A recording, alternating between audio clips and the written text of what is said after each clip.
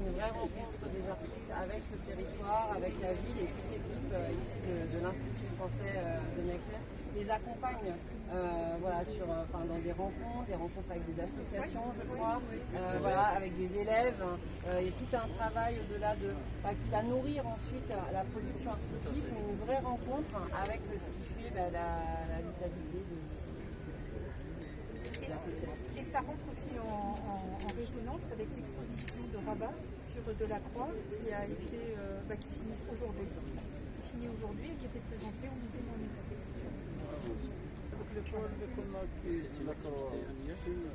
Alors oui, en fait, on l'a mis en place chaque année, encore une fois, avec ces années en suspension. En principe, régulièrement, elle est organisée chaque année, 15 jours de résidence à Meknès pour porter ce regard. Le soutien de la commune. Avec le soutien de la commune, effectivement, qui a toujours été nos partenaires sur ce projet.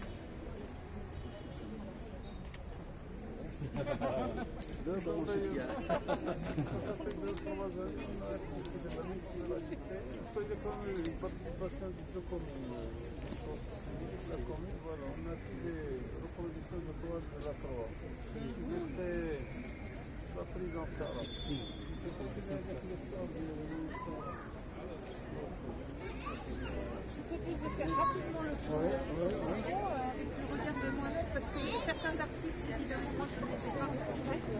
Vous voyez des styles différents à chaque fois. Voilà. On a des artistes marocains, on a des étudiants marocains, parce qu'on a fait aussi des jeunes étudiants qui viennent de l'École nationale des beaux-arts de Tétouan et de l'École nationale des arts de Tétouan.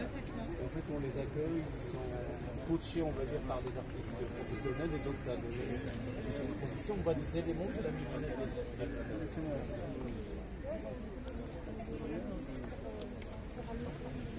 C'est quel quartier? Il faut ça découvrir. C'est ça. J'ai des pistes. Qui vient d'arriver, j'allais vous poser la question. Moi, je crois que c'est le carré. Là, il y a des forgerons, mais je ne suis pas sûr. Je pense Il y a un véhicule là-bas. Oui. En tout cas, là, on voit Fabrice Fouquet vient de la gravure, donc on voit le travail très précis.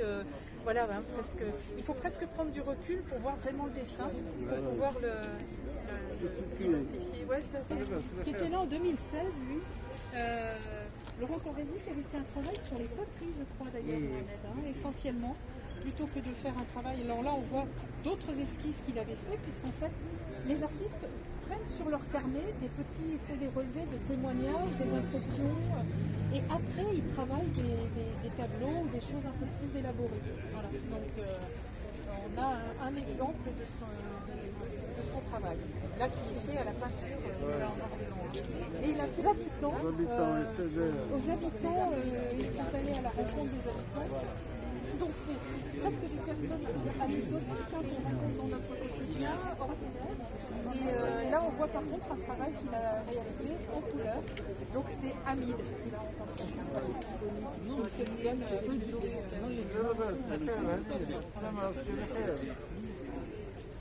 Là, on a un autre exemple plutôt, alors Mélodie Bachet qui travaillait beaucoup les couleurs, presque en impressionnisme, qui travaillait plutôt sur les parties un peu commerçants, en rencontrant, c'est ça, et plutôt intégré dans l'espace urbain. Donc, au travers, vous voyez, des remparts, et puis voilà, et puis qui arrive sur ces écoles. Les ateliers,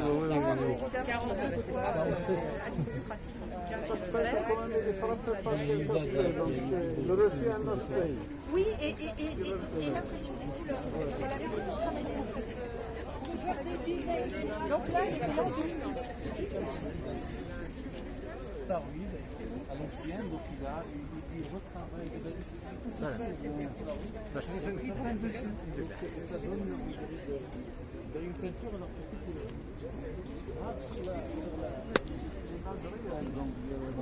on a la Polaroid, mais en fait il est tout petit, il travaille dessus. Et ça donne, on dirait, en fait, avant que la réaction chimique se termine, on dessine déjà sur le Polaroid. Alors ce soir, certains des artistes sont présents. Ceux qui sont dans le... D'accord, on va voir.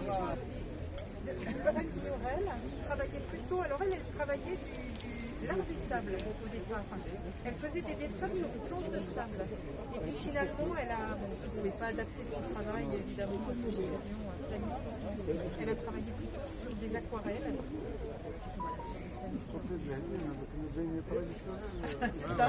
C'est ça. Et alors, Liliane, est-ce que ces artistes reviennent parce que j'imagine que ces moments de résidence sont très forts, enfin de rencontres sont très forts et qu'ils ont ensuite envie de revenir, tout simplement. Alors oui, c'était le cas. Avec ces années Covid, ça a un peu freiné cette dynamique. Donc on réamorce aussi par cette rétrospective peut-être la possibilité de les réassocier à d'autres opérations. Armand Bentamid, qui lui est architecte, alors lui il a fait plutôt un travail. En fait ce sont des reprographies qu'on colle sur les supports. Les supports on pourra les réutiliser dans plein d'occasions différentes, y compris à travers la ville, donc ça peut être vraiment quelque chose de valorisant pour d'autres présentations. Mais néanmoins, normalement on a prévu qu'elles sont en place jusqu'au 30 décembre là. Mais on pourra après... En fait, d'après ce que j'ai compris, les œuvres originales donc, sont conservées par les artistes qui donnent le droit à l'Institut français d'utiliser et de reproduire. Ça signifie que pour vous, effectivement, vous pouvez imaginer plein d'opérations possibles et de reproduction en fonction d'un autre événement. Voilà. Donc c'est vrai que c'est assez... C'est un peu à disposition, effectivement, de la valorisation, c'est le but de cette... Une datation quand même des tableaux, c'est intéressant. Oui, c'est vrai. C'est vrai. Bon, là, on n'a que 5 ans, on espère que ça va encore se... Donc on voit bien alors là le double travail, l'esquisse et ensuite le tableau.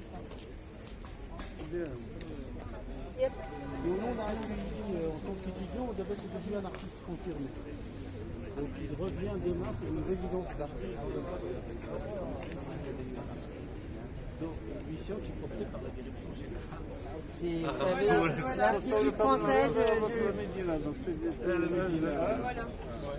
En fait, c'est vraiment parce que chaque artiste qui était invité, on associait au moins 2 étudiants qui venaient des écoles de Limbach et qui travaillaient avec cet artiste pendant son temps de résidence, pour faire ce lien entre les étudiants et l'artiste invité.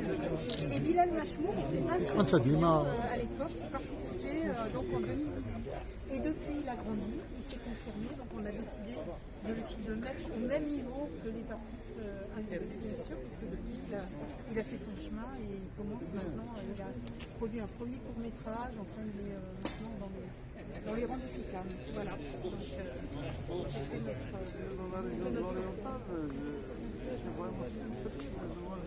Ça va؟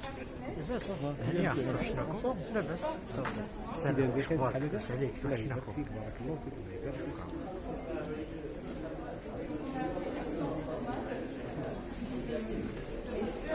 Là, on n'a bien sûr pas la présentation des œuvres qu'ils ont réalisées à la Gaston.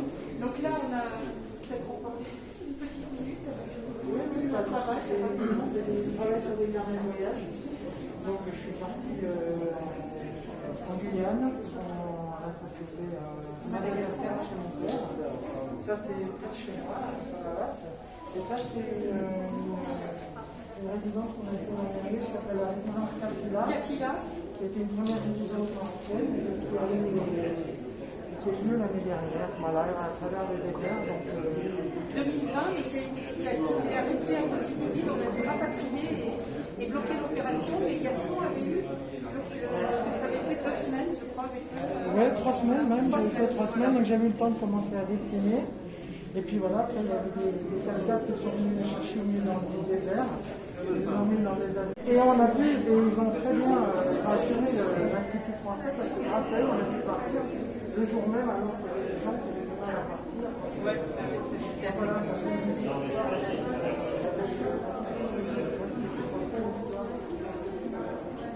On va poursuivre alors cette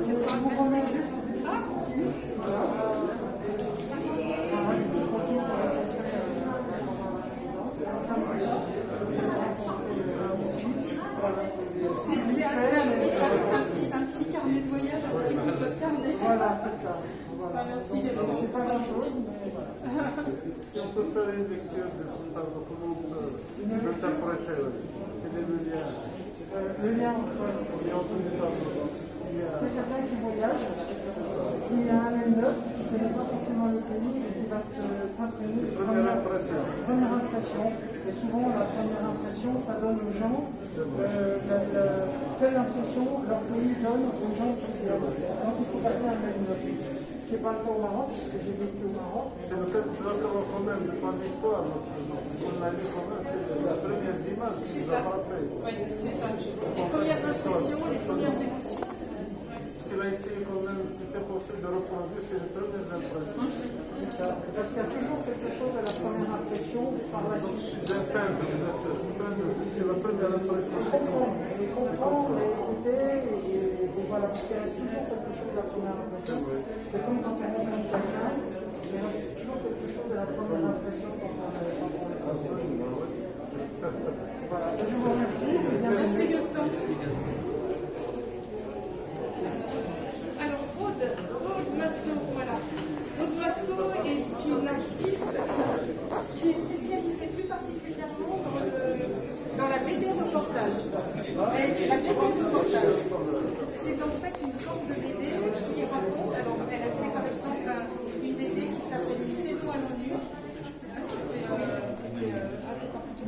Elle a fait aussi une BD sur le salut social à Paris. Et je te laisse parler un petit peu de ce que Ici, vous avez des extraits de mes carnets de voyage qui m'ont servi de bible pour mes bandes dessinées. Là, c'est à Moscou, c'est dans un centre qui va accueillir des personnes en situation de rue. Voilà, un centre d'hébergement. Ici, vous avez un carnet qui vient de Burkina Faso à Ouagadougou. J'ai passé une semaine avec un centre pour les enfants démunis, chez les enfants en situation de réinsertion avec des éducateurs. Ici, c'est un carnet de voyage que j'ai fait à Pékin. C'est un extrait dans les retours des quartiers. J'ai fait un agent qui s'appelle Robinson à Pékin avec un journaliste qui est 3 ans là-bas. Et là, c'est un extrait de mon dernier album qui se passe entre Ouagadougou et Paris avec une danse burkinabé qui s'appelle Rukata et Rob.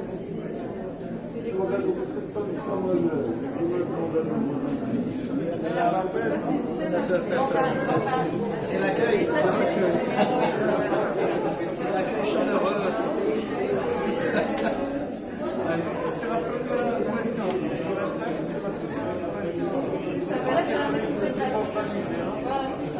C'est son histoire à elle, parce qu'elle arrive à Paris, et alors il y a toute la communauté des Afro-Américains qui vient sur elle pour lui rencontrer.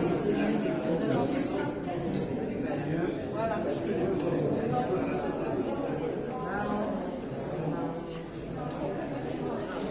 Ensuite, avec Abruta, Poutine, voilà.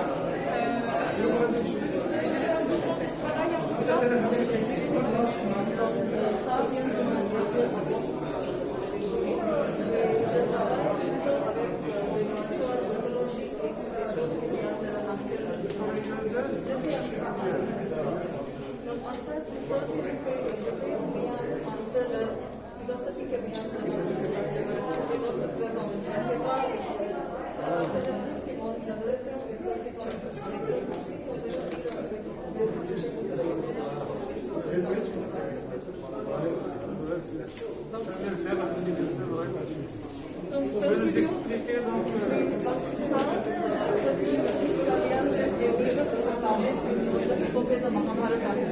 C'est une histoire peu ancienne, mais je trouve que les psychologies sont en train de psychologique. Donc, c'est pas quelque chose pas lié avec les nouvelles donc, ça raconte l'histoire racontée par une personne qui est dehors de la rue. C'est quelqu'un qui est on fire, comme on appelle en anglais.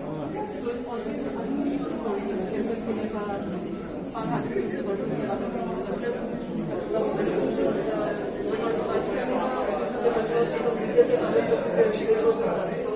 Quand il raconte cette histoire, automatiquement ça change la situation. Mais je travaille en spectre, donc mon travail c'est le domaine graphique. l'interprétation de ça, comment on peut l'interpréter? Alors ça par exemple, je viens de lire un article qui s'appelle Goa. Et là-bas, nous avons beaucoup de serpents. Et ces personnages, ces pays qui sont des vendeurs de serpents, c'est des personnes très puissantes et qui se tiennent de nombreux terres. C'est comme ça. Vous utilisez quand même des couleurs françaises. En fait, la vérité, c'est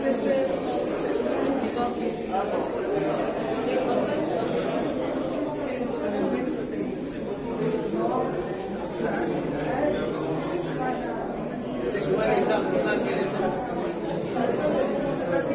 direction nord-south east-west. En tous dans le offerings de cette déesse. Alors, Pierre-Alexandre Le Crémier est belge, donc vous savez que la BD l'inscrit dans l'histoire de la Belgique, en tout cas, donc il fait partie des 4 résidents qui ont pu nous accompagner. Donc là, voilà, une petite présentation. Entre l'élection, on va parler de là, en fait, j'ai choisi l'aubergine du dernier album. Avec les 3 grandes images qui font partie de qui se passe à Montréal, en fait, ça s'appelle Garçon qui a disparu. Pourquoi Montréal? Parce qu'en fait, j'ai une sœur à Montréal, et en fait, on s'est rencontrés là-bas, et là, c'est comme ça qu'on a commencé la vie. Donc, je me suis associé à la vie. Au début, on s'est posé la question est-ce qu'on fait à Bruxelles, en Montréal? Je dis mais non, parce que pour moi, c'est différent. C'est un peu exotique, donc voilà. Et c'est une BD dans le c'est une BD qui est accompagnée en CD. Donc, comment on peut nous avons pu tenir, on voulait vraiment faire un objet. Donc, on a fait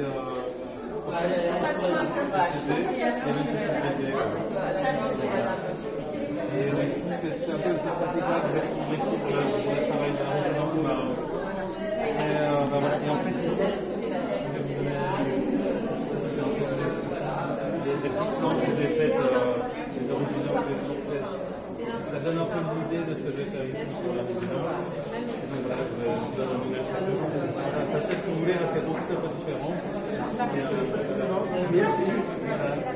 Et donc en fait, l'idée ici au Maroc, c'était de faire comme un vrai carnet mais séquencé. Je ne sais pas que ça faisait sur un carnet d'artiste parce qu'il fallait qu'il y ait de la BD. Et donc ce sont aussi des petits moments qu'on a vécu à travers le voyage qui sont des mosaïques d'enfants. Et je trouvais que au Maroc, c'est une mosaïque de différentes cultures qui se mélangent. Merci beaucoup. Alors, je crois que Aude a aussi un petit présent. Pour les enfants, pour les élèves. Voilà, vous avez des petits carnets qui vous sont donnés en tout cas. Et dernière petite, et après on pourra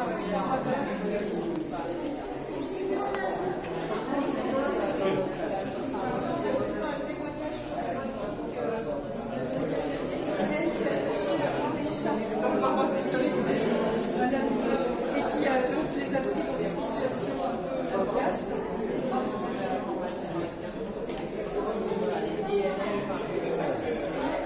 Photo prise à Tanger et qui s'appelle Le Rêve. Donc on a l'impression que c'est le chapitre de toutes ces écritures. Avec bon, parfois des situations personnelles inconfortables et parfois très confortables, car il y a là l'espoir et qui attend précieusement Vous allez très concrètement, par exemple, quand il y a des actions, vous allez pouvoir les relayer et les transmettre à l'ensemble des étapes. bon, écoutez, en tout cas, voilà, vous avez fait un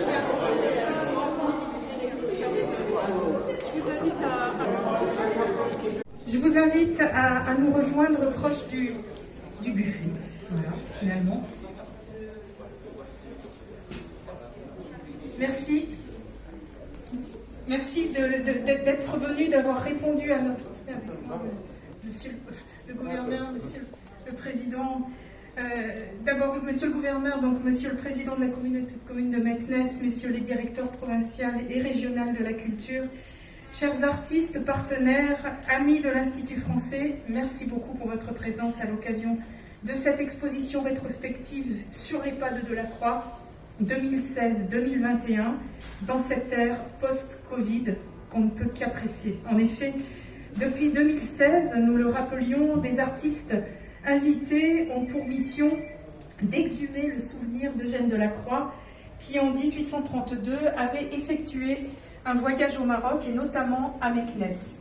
Lors de ce voyage, il avait produit un grand nombre de croquis, de notes et était à ce titre et avec les moyens de l'époque un des précurseurs des carnets de voyage. À l'époque, évidemment, pas de réseaux sociaux pour partager avec ses amis le monde qu'il découvrait et dont on a hérité des peintures témoignages, la cour du sultan, les chevaux, les fêtes juives ou les batailles, les fantasias, enfin tout ce que Eugène Delacroix a peint. Une partie des œuvres ont été réunies à Rabat à l'occasion de la grande exposition sur Delacroix qui a eu lieu au musée Mohamed VI et qui prend un terme aujourd'hui. Et il nous est apparu comme une évidence de faire revivre ce souvenir, cette mémoire, non pas pour faire connaître Delacroix en tant que tel, mais pour avoir un regard aujourd'hui, un regard artistique sur le Maroc. Donc 4 artistes bédéistes que vous avez pu découvrir à l'intérieur de l'exposition, à l'intérieur du hall d'exposition de l'Institut, ont été invités à porter ce nouveau regard lors d'un voyage un petit peu revu. Cette année, en effet, a particulièrement été cette année post-Covid où le voyage est à nouveau possible, où il nous a semblé opportun de refaire le voyage de Delacroix entre Tanger et Meknès. Alors ces artistes, vous les avez rencontrés rapidement, vous pourrez échanger également avec eux et nous éditerons bientôt une BD de ce voyage à l'issue de leur résidence. Celle-ci n'est qu'une partie de cette exposition rétrospective, là vous en avez un petit bout seulement. Nous avons voulu réunir et représenter tous les artistes invités des précédentes éditions et les afficher dans la ville. Plus de 30 artistes invités avec les étudiants des écoles, dont certains sont devenus des artistes confirmés, à l'image de Bilal Machmour. Artistes qui ouvrent cet espace de collaboration avec les habitants rencontrés, qui traduit l'importance que nous attachons à la coopération franco-marocaine.